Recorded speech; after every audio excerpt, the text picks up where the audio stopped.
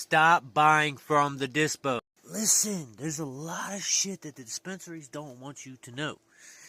One is that a lot of major grows, they use pesticides, and if they don't use pesticides, they use a lot of other really harmful shit. For example, the stuff they use called Silver Bullet.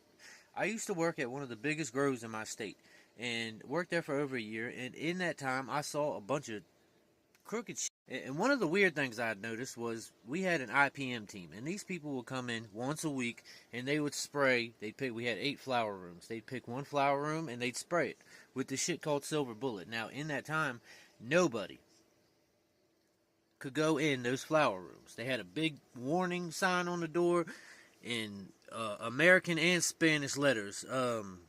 Do not enter pesticides. I forgot how to say that in Spanish, or whatever the fuck else it would say. And we weren't allowed in there without a respirator on. And you weren't even allowed to handle that product unless you had certifications to handle that product. And nobody was allowed, after they sprayed it, nobody was allowed in the room for 48 hours. Because it would give you lung cancer, and it would fuck with your lungs really, really bad. Like, it was a serious thing. So you're telling me that you could spray this shit on the plant that's in flower, and you can't go in there for 48 hours because it fucks with your respiratory system, but you can smoke it still? That was one problem. Another problem is powdery mildew. They sell bud with powdery mildew on it all the time. And if they don't sell powdery mildew bud or moldy bud, they'll take that moldy bud and give it to a place that does concentrates, or anybody. If they don't do extracts at the grow, they'll send it to one of their friends or another company that does do extracts, and they'll just press the moldy bud, and then nobody sees the moldy bud, and y'all just smoke the extracts.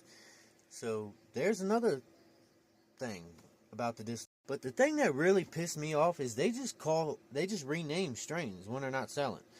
For example, the grow I work for, we were selling Super Boof, and it was testing at like 34% in THC and like 3-4% terps. The shit was good, and it was flying off the shelves like hotcakes. Like, we were winning awards for the shit, and all of a sudden it stopped selling like it was. I don't know why. People got tired of it or what, or maybe we just grew too much of it, because after that we started growing a shitload of it. And then we got stuck with all that Super Boof. And it can only sit in storage for a year before you have to dispose of it.